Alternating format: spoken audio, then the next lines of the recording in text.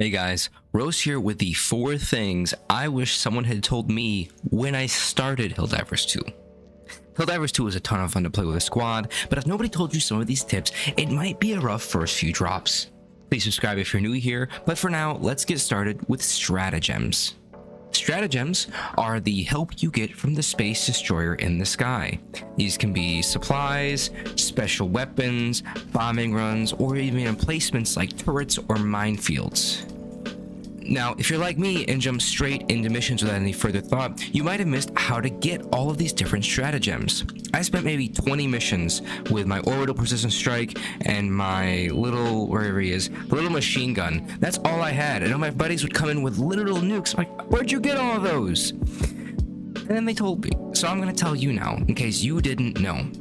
So the first thing is, to unlock more of these, you need to get EXP to level up, and you need to get requisition points to actually buy the different stratagems.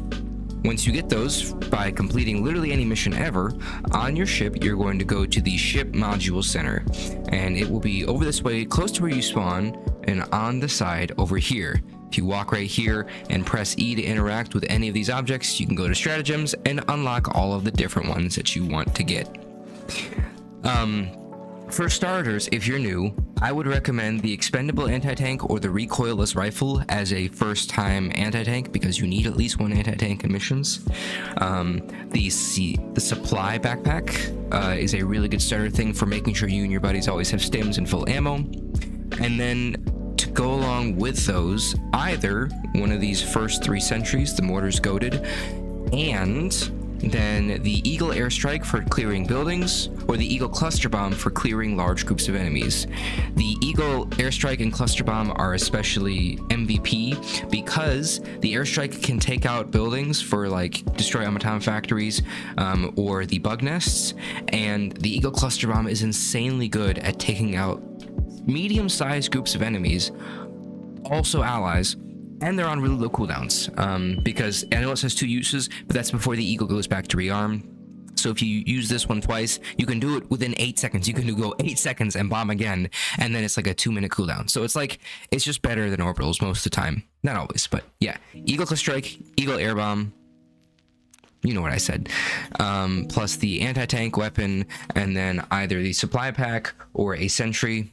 Super good little starter kit. The second thing I wish someone had told me was how the different shops work, because there's a bunch of them. There's the war bonds, there's the superstore, there's the premium war bonds. There's a lot. And just how to get in all the different currencies and what different currencies there are. So in Helldivers 2, there are going to be 5 main currencies. The first 2 are EXP and requisition points, which are given out after each mission and are going to be used basically only for stratagems, to unlock new ones, that is.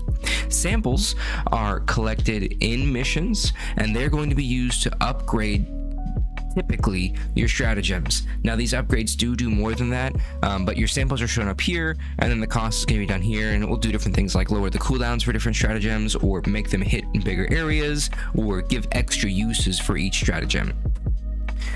Medals are given on mission completion and can be used to unlock things in either the premium or regular war bonds, and the things you'll get in here are typically going to be armor and weapons, and sometimes even super credits. What are super credits? It's a good time to ask. These can be bought with the war bonds. They can be found in missions, or they can be purchased using real money, like here. And these are going to be used for unlocking things in the superstore. Now, these armors are typically not going to be like insanely amazing good. Like they're going to be the same as your regular armor, but they are really cool cosmetically. Like this looks juicy. I want to buy this armor just because of how like thick it looks. That's fucking fantastic. But in the beginning, if you're trying to get a specific set of bonuses like this fortified right here, and you can't get to it yet in your war bonds, you can do that, but mainly this is for cool cosmetics. The third thing I want to say is go prone, go prone, go prone. Diving is incredibly useful in this game, because when prone, you take almost no damage from explosives, even if they're super close. Being prone makes you really stealthy, and you can get almost in melee range of enemies before they detect you. Diving away from enemies is your only extra movement option besides sprinting, and it also lets you do a thing where you can dive and swivel your aim faster than you could normally, which is good for taking out enemies like the automaton walkers. So Go prone, soldier. It will save your life time and time and time again. And speaking of another thing that'll save your life is to change some of your default keybinds and settings. The big one is that if you play on mouse and keyboard, the most important thing to change is calling down your stratagems, because by default your stratagems are going to be hold left control and press WASD. And the issue with that is when you go to do that, you can't move. You have to stop moving, stand still, get shot at, and call in your stratagem slowly.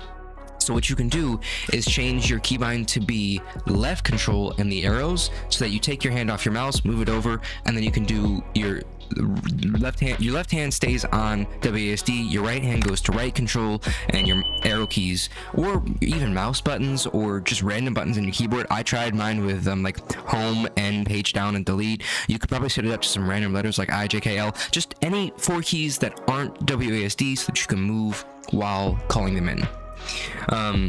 A couple other good keybinds that I wanted to do that I did specifically after I did that was crouch to control is a nice one.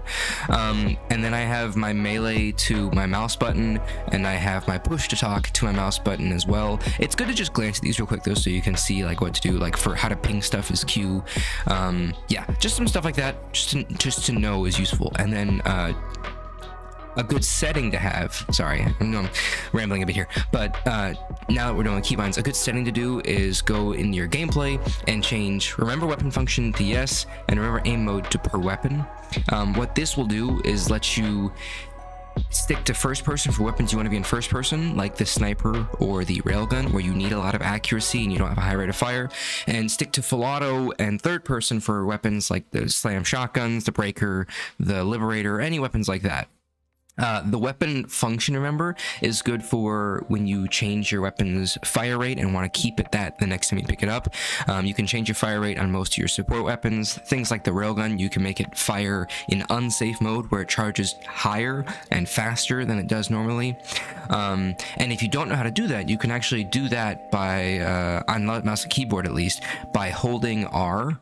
That will change your weapon's function. Where is it? Is it in here? Yeah, long press R will open up this little menu where you can edit. Do you fire in full auto, burst, or semi-auto? Do you fire 500 rounds per minute? Do you want a lower fire rate for your MG? Maybe you do. I don't ever. I just want to max it out. But if you want to play a lower fire rate, you can do that. And it's all with holding R. And you'll see this menu pop up. By default, right click goes to the right, and middle mouse will go up or down. And that's all you can do. So don't worry about it too much. But yeah, that's all I've got for now. I hope this helped. If it did, remember to subscribe for more good intel. Thanks as always to my patrons, and until next time, keep it beefy, boys. Hello there.